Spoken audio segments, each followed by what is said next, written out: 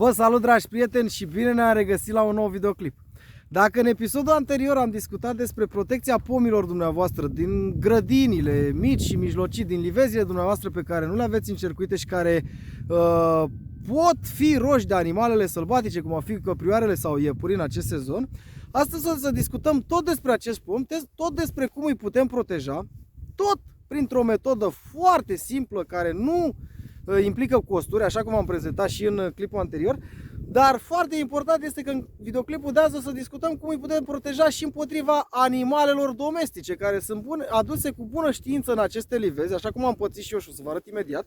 Și cum îi putem proteja, pentru că există această posibilitate ca aceste animale să treacă pe terenurile dumneavoastră și să vă facă un adevărat dezastru. Iar în ultimul timp, autoritățile publice locale nu prea iau măsuri în aceste privințe, iar toate grădinile pe care oamenii n-au reușit să și le încercuiască, poate mai sunt și oameni în vârstă, poate sunt oameni care nu au bani să facă acest lucru, au devenit devastate de animalele acestea domestice. La fel am pățit și eu, v-am mai prezentat acest aspect într-un videoclip și astăzi vom discuta despre o soluție cum îi putem proteja. O soluție care nu implică costuri, dar bineînțeles vom discuta și despre soluțiile care într-adevăr implică costuri și cum ați putea să-i protejați în acest sens. Am făcut această introducere aici pentru că nu am putut să nu vă prezint această panoramă din spatele meu, acest peisaj, pentru că eu sunt pe meleagurile unde au copilărit părinții mei și mă simt încărcat așa de energie când văd aceste aspecte. Chiar aici jos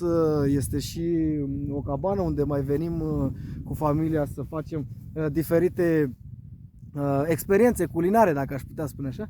Și ce să spun, foarte frumos. Dar lăsăm aceste lucruri deoparte și mergem să vedem despre ce este vorba, să vedem care sunt acele metode și cum anume le putem pune noi în practică.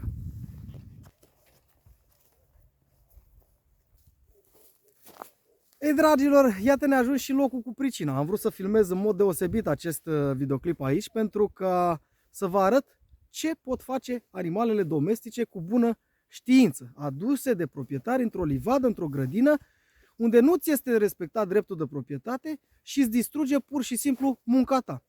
Acest teren este în suprafață de 10.000 de metri pătrați, iar aici, în urmă cu mulți ani, am plantat peste 200 de puieți numai în primăvara unui an. Urma ca primăvara următoare să vin să plantez și am surprins persoane care au venit cu animalele domestice, respectiv capre, în această zonă și au distrus majoritatea puieților. Cum autoritățile publice locale nu au luat nicio măsură în acest sens și cum eu nu am putut să încercuiesc această proprietate neavând resursele financiare necesare, am abandonat-o pentru că altceva nu am de făcut. Și după cum vedeți, nu știu dacă se focalizează foarte bine, acolo sunt o grămadă de puieți, terenul se duce și pe altă parte, deci mai luăm așa o imagine în ansamblu, îi vedeți și pe aceștia din spatele meu. Nu o să pot să filmez tot terenul, că nu stau acum să merg. Mai vedeți și aici în spate, terenul este destul de mare și tocmai de aceea am dorit să vă prezint această metodă, cum putem proteja pomii noștri împotriva animalelor domestice, pentru că dacă eu aplicam aceste metode la acel moment, nu eram pus în această situație și sunt 100% sigur că aici era o grădină extraordinară. Poate pe viitor, când voi avea resursele financiare necesare, o să reiau această activitate. Dar până atunci, până vă prezenta metoda, haideți să vedeți ce au putut face niște capre. Uitați cât rău poate face un animal domestic, în special o capră, unui pom plantat de către mine împreună cu cel puțin alți 200. Chiar aici, pe acești 10.000 de metri de teren pe care am vrut să-i transform într-o grădină, într-o mini-livadă de prun. Dar, așa cum vedeți, acesta și împreună cu mulți alții, o să vă mai arăt vreo câțiva acum, nu are rost, au fost pur și simplu devastați. Uitați, și acela se vede aici, de, nu știu cum să spun, bunăvoința, între ghilimele, a oamenilor sau nu știu, lipsa de omenie, de responsabilitate față de proprietate. Da, uitați. Deci toți au fost roși, uitați aici se vede lemnul, și respectiv s-au uscat, au mai scăpat dintre ei. Terenul este foarte mare, eu l-am abandonat, așa cum am spus, pentru că nu am mai găsit forța necesară să să continui acest proiect aici. Poate într-o bună zi când voi face rost de bani, voi continua și voi împrejmui grădina astfel încât să pot să am un rezultat pozitiv. Uitați, după cum vedeți, au mai fost și alții care i-au scăpat, așa cum îi vedeți acolo în depărtare, care nu au fost roși complet de aceste animale. Uite, chiar și acesta de aici, din această zonă. Și acesta a mai scăpat. Uitați, acela de acolo se vede deja pe tulpina lui cum a fost ros. Ia să mai mergem.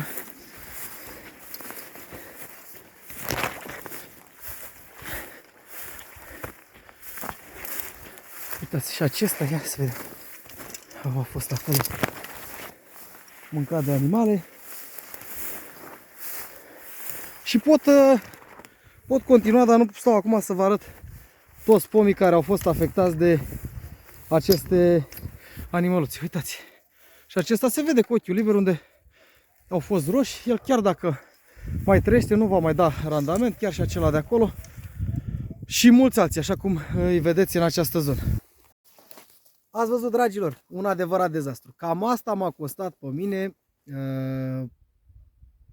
acțiunea unor oameni răuvoitori și lipsa simțului de proprietate a acestora. Poate ei, pentru proprietățile lor, au un simț de proprietate, dar pentru a respecta proprietatea altora, probabil că nu. Și dumneavoastră sunt sigur că v-ați confruntat cu așa ceva. Aveți grijă să nu vă confruntați pe viitor.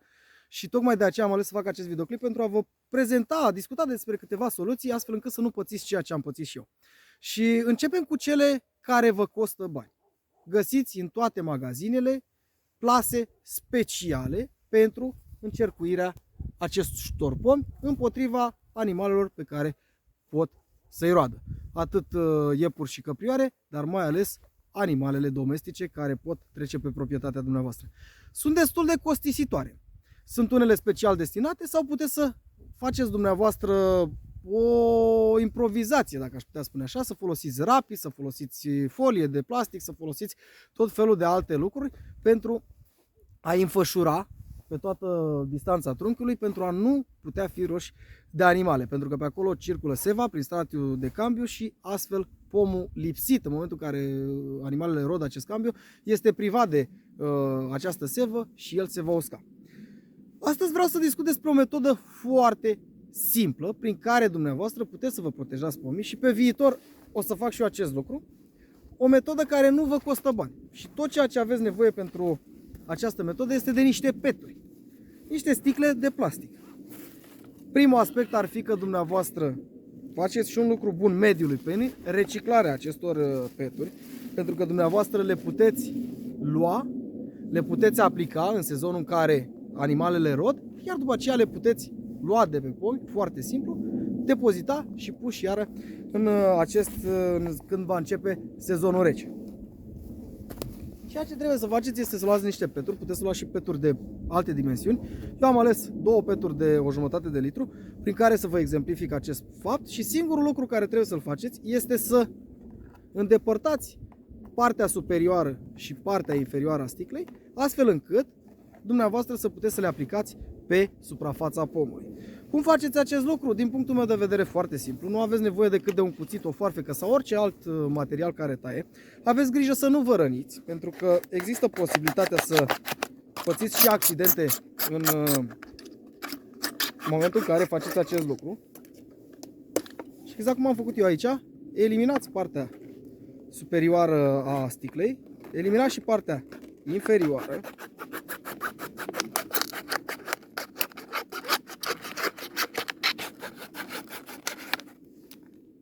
După care veți face o secțiune și veți tăia pur și simplu acest bidon. Pentru această acțiune voi folosi o foarfecă, pentru că mi se pare mai practică decât cuțitul.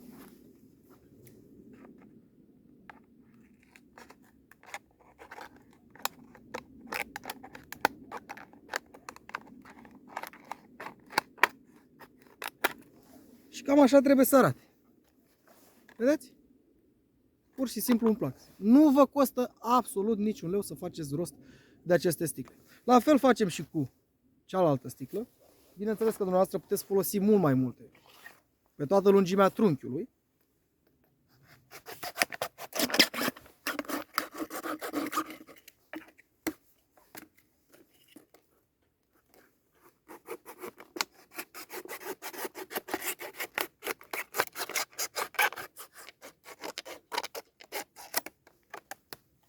exact cum se vede aici.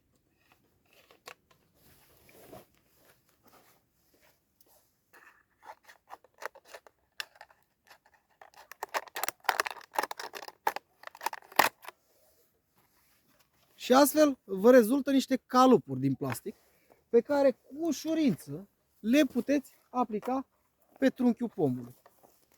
Exact în acest fel, vedeți? Haideți să luăm camera să vă detaliez puțin.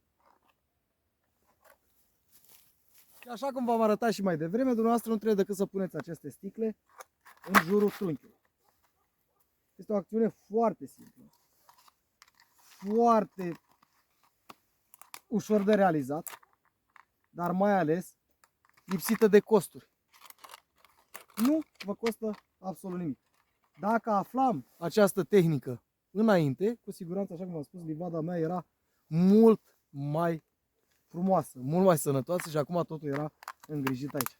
Și astfel dumneavoastră puteți continua cu aceste bidoane de plastic până în partea de sus a trunchiului, până unde începe coronamentul, iar animalele sălbatice, atât cele care pot veni, veverițe, iepuri, căprioare și așa mai departe, cât și cele domestice, nu se vor putea atinge de trunchiul pomului. Care ar fi avantajele?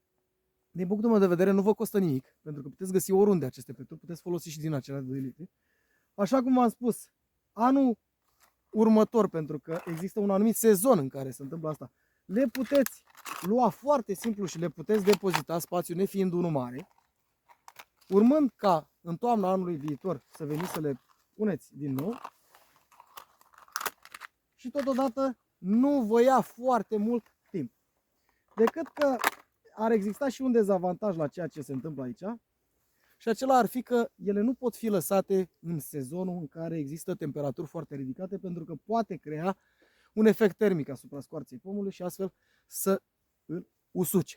Dar până undeva la sfârșitul lunii mai, din punctul meu de vedere, pot fi lăsate fără probleme, chiar începând cu repausul vegetativ până la sfârșitul lunii mai, pot fi lăsate fără probleme și astfel dumneavoastră puteți împiedica atacul acestor animale asupra pomilor dumneavoastră și puteți proteja fără a da foarte mulți bani. Din câte știu eu, 1 metru de plasă pentru un singur pom, undeva într-un depozit mare, costă în jur la 4 lei. Gândiți-vă că dacă aveți 1000 de puieți, câți bani ar însemna. Așa, cu aceste peturi faceți și un bine mediului, pentru că faceți, teoretic, reciclați, le păstrați, dar totodată protejați și pomul. Este o metodă rudimentară, o metodă simplă, dar care, cred eu, dă randament. Bineînțeles că dumneavoastră puteți să improvizați cu ce doriți dumneavoastră, dar din punctul meu de vedere, fiind aceste sticle, având aceste orificii, scoarța pomului poate respira și nu va face condens pe perioada timpului sezonului rece, astfel încât să afecteze pomul. Interesant, nu?